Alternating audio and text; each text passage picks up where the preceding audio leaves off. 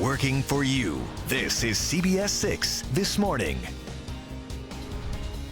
I'm Reba Hollingsworth. Here's a look at today's top stories. We are expecting the Washington NFL team to retire their nickname today. For decades, Native American groups have been asking the team to change that nickname, calling it a slur and offensive. And over the past few weeks, advertisers and other companies have asked the team to consider a new nickname as well. A new nickname hasn't been reported just yet.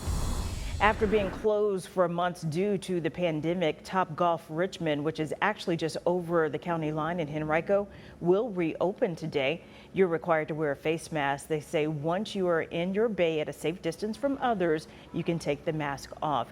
Now let's get your forecast from meteorologist Tom Patton. Tom. All right, good morning, Reba. We're tracking some showers and a few thunderstorms early this morning. Boy, these came out of Farmville by around 4:30 in the morning, right into parts of the metro area as we go through the later morning hours. They'll move off to the east toward the Middle Peninsula, and then some southern storms down here.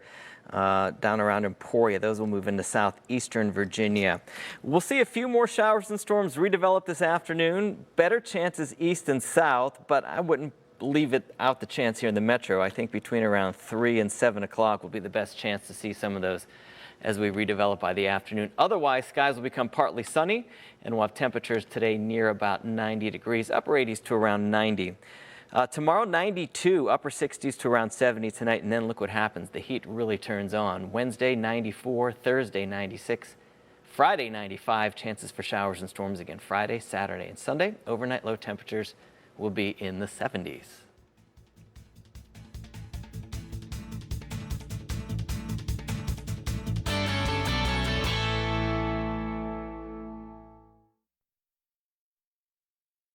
Good morning. Changing the name of the Washington Redskins has been a topic for a long time, and this month more dialogue has led us to today's announcement. Here's what we know. Back on July 2nd, FedEx has asked the team to change the name or either begin discussing name changes, and that's when the team began their thorough review. On July 6th, Native American leaders and organizations asked NFL Commissioner Roger Goodell to change the name. On July 8th in Maryland, where the team's home field is, the governor, Larry Hogan, he said that he believed the team's name should probably change. And on July 9th, Amazon pulled the NFL team's apparel from their site. Nike also appeared to have done the same. But even with the recent unrest within the country on social issues, the name change has been brought up multiple times. A Cherokee Nation member shared with our sister station WTKR that any associated names or mascots taken from indigenous people cause harm. Anytime that you use Native American or indigenous imagery as a mascot, you're fundamentally dehumanizing those people and the contributions that they have made to the history and the culture of greater society. You're turning them from a three-dimensional people who have lived experience to a two-dimensional caricature. Again, the announcement on the Washington Redskins changing their name is expected to happen later on today. We will be sure to keep you updated on air and online. Working for you, Gabrielle Harmon, CBS 6 News. There are 3 new plans that Superintendent Jason Kamras will be presenting to the school board on Tuesday, and that brings the total number of plans to 5. There's Plan A, B, C, D, and E. We've told you about Plan A, B, C, and D. Under the final plan, that's Plan E, all students would only get a virtual option for the first semester.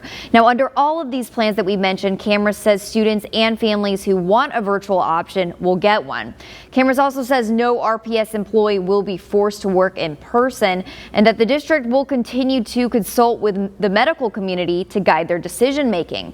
We spoke with an infectious disease epidemiologist, Richard Wenzel. He is not associated with Richmond Public Schools, but he says districts across the state need to be prepared if they plan to offer in-person learning.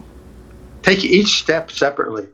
How many buses are there? How many kids are on the bus? How do we keep them apart? Can we open the windows for the classroom, for each of the other rooms where the kids will be? I'd seriously be trying to think, if it's possibly financially, put UV lights in all of them. Protect the kids from getting burned. Jan Wenzel also recommends seeing if engineers can help increase the number of air changes per hour in classrooms. Meanwhile, other districts are discussing their reopening as well. Chesterfield is expected to vote on a plan on July 20th, and Henrico is holding a community meeting tomorrow in regards to their reopening. We have details on our website. That's WTVR.com.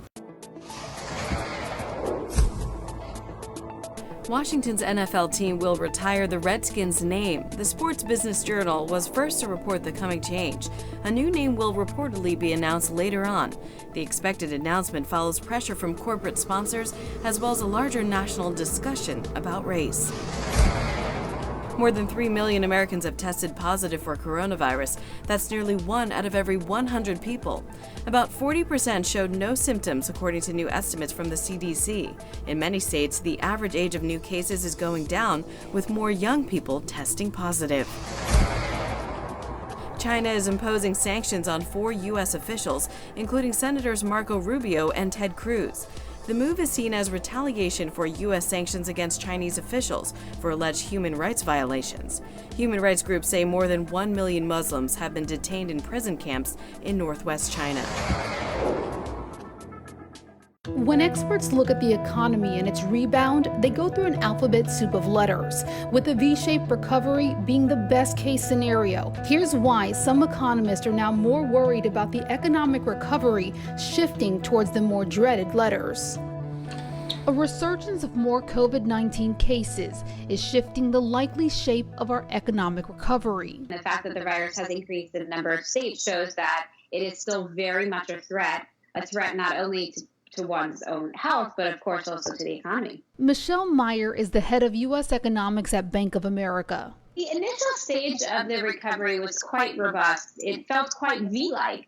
The data bounced off of incredibly low levels. The economy was digging its way out of what was a very deep hole. According to B of A, about a third of jobs lost have been recovered, but the recovery has slowed down into more of a U-shape. And now, B of A's data is showing a stall, with concern of a higher chance of a W or L-shaped recovery. A W trajectory would be the worst case scenario. That would show real fragility on the part of the economy if we dip back into a recession. Experts say it would lead to even higher unemployment and more permanent job loss and business closures. In addition, to come out of a W or L-shaped recovery, we would need even more stimulus money from the federal government that may not even improve the economic downturn as much as it did the first time. Stimulus in Washington provides a really nice Band-Aid, and I think it helped tremendously in the early stage of this recovery. But really all it is a Band-Aid. At the end of the day, you need the economy to fundamentally improve. The good news is, unless there is a significant or full shutdown again, a W-shaped recovery is still less likely to occur than a U-shape. Our analysis projects that a U-shaped recovery with steep losses in growth this year and then rather flat next year and then recovering subsequently is the most likely outcome. David Turkington is with the financial services corporation State Street Associates. A recent State Street study based on 100 years of historical data shows that the U.S. still has a 30.1% chance of a U-shaped recovery and a combined 24.4% chance of a W or L-shaped recovery. The real economy, I think, is what determines the recovery and how that plays forward. The real economy is jobs, businesses, and consumer spending. Providing stability there could determine which way the economy goes. I'm Alicia Nieves reporting.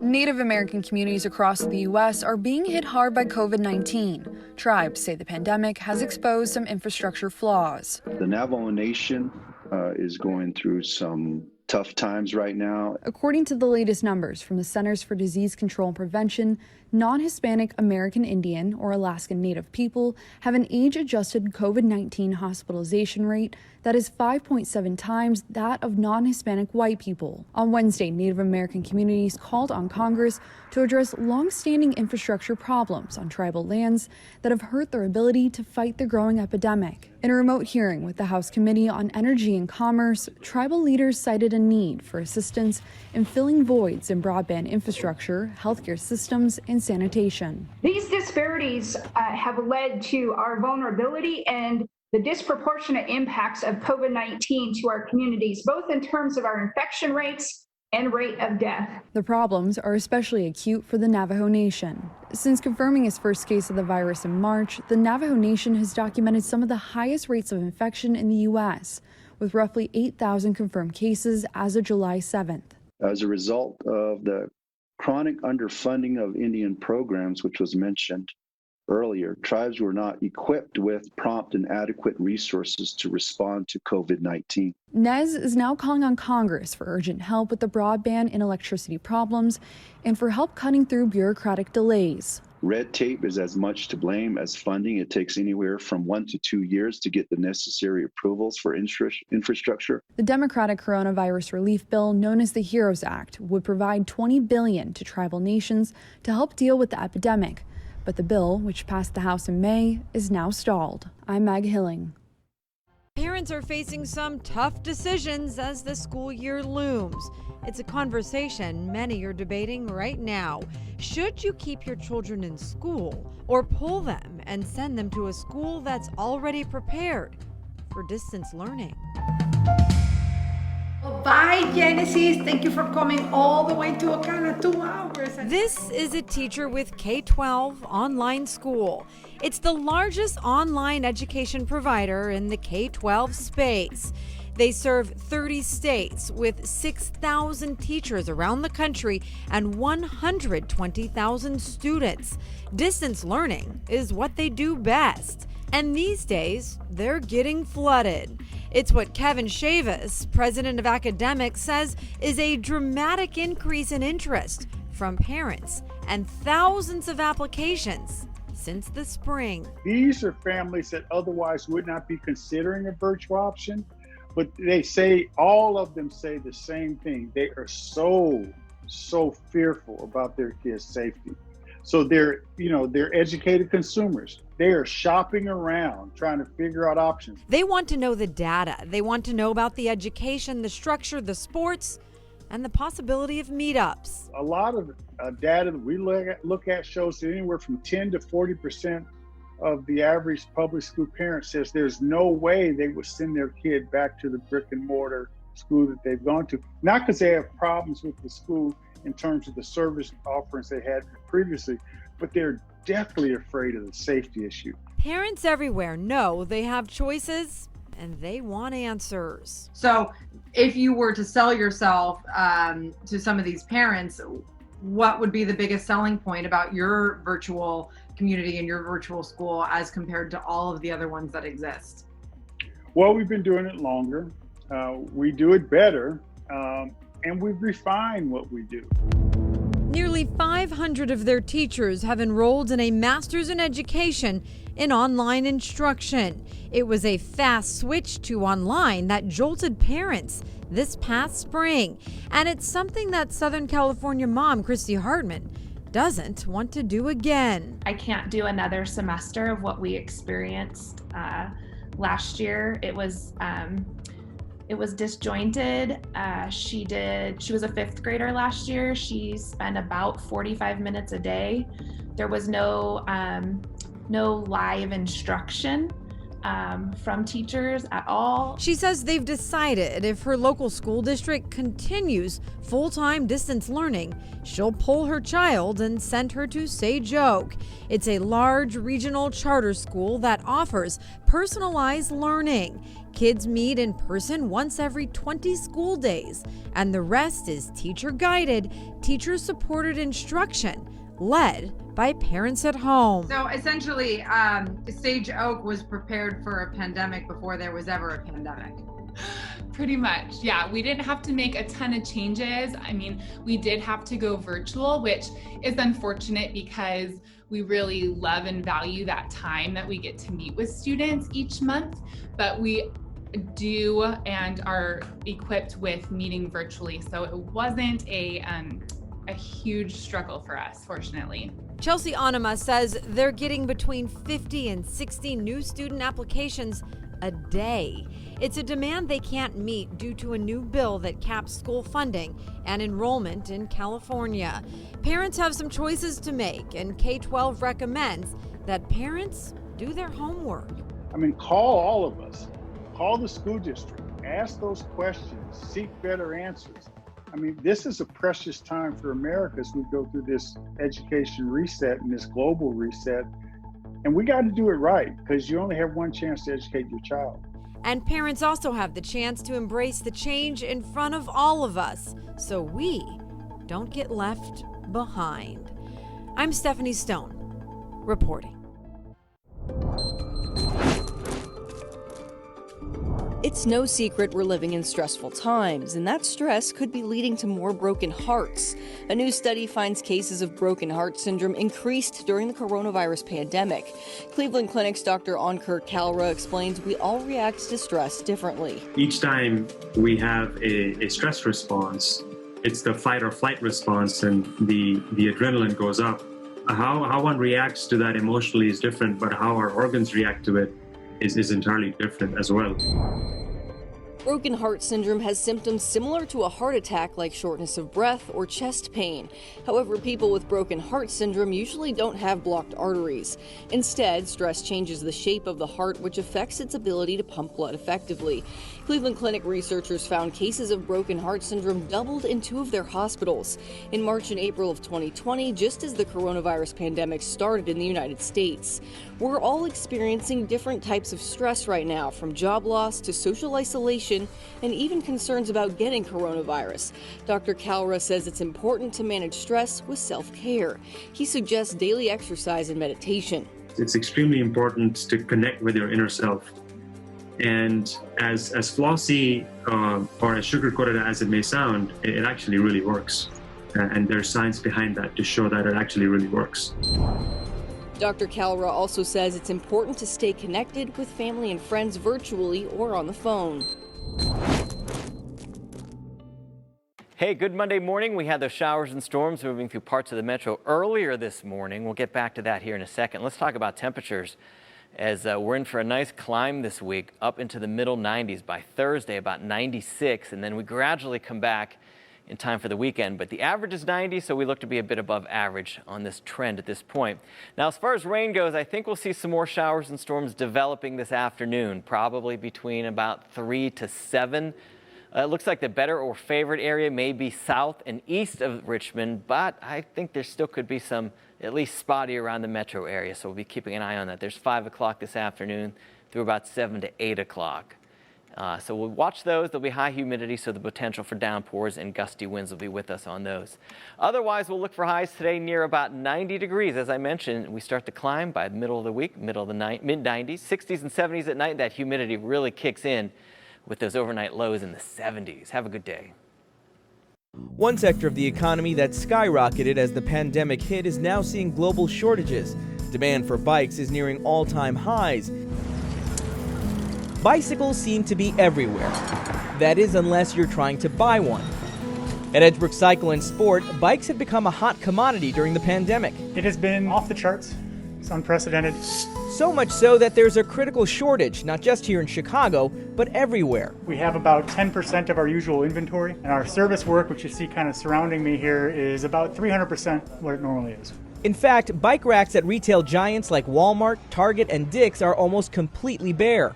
Online vendors like Torrance, California-based 630 say demand for their bikes has jumped 800%. They've had to triple their staff to handle the increased traffic. April sales for traditional bikes, indoor bikes, and other accessories grew by 75% compared to the same time last year and reached $1 billion for the first time in a single month. Industry experts say commuters abandoning public transportation, gym closures, and the search for socially distant recreation created a perfect storm. Today's bike boom, they say, is one not seen since the oil crisis of the early 1970s. Mid to low price bicycles are just wiped out across the country.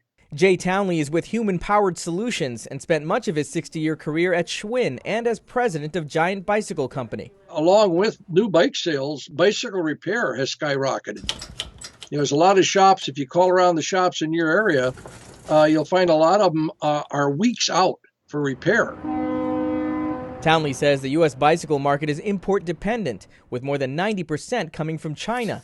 Punitive trade tariffs, supply chain disruptions, and lackluster 2019 sales caught manufacturers off guard, and forecasts didn't predict the increased demand accelerated by the pandemic. Now we're in a phase where we're trying to get that pipeline to replenish those inventories, and that's going to be extremely difficult as we go forward. It could be late fall before supply catches up to demand. In the meantime, buying used may be the best way to pedal forward. Reporting from Chicago, I'm Usher Qureshi. Coffee with a side of meow.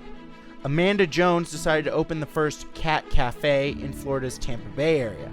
She says hanging out with cats is a stress reliever for many feline fans. This space was carefully created to be a therapeutic, relaxing experience with cats.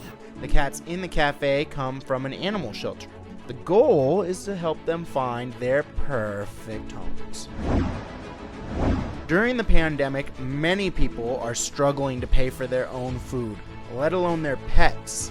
CC's Cupboard Pet Food Pantry in Ohio has seen a huge increase in people needing pet food. It helps out all the animals.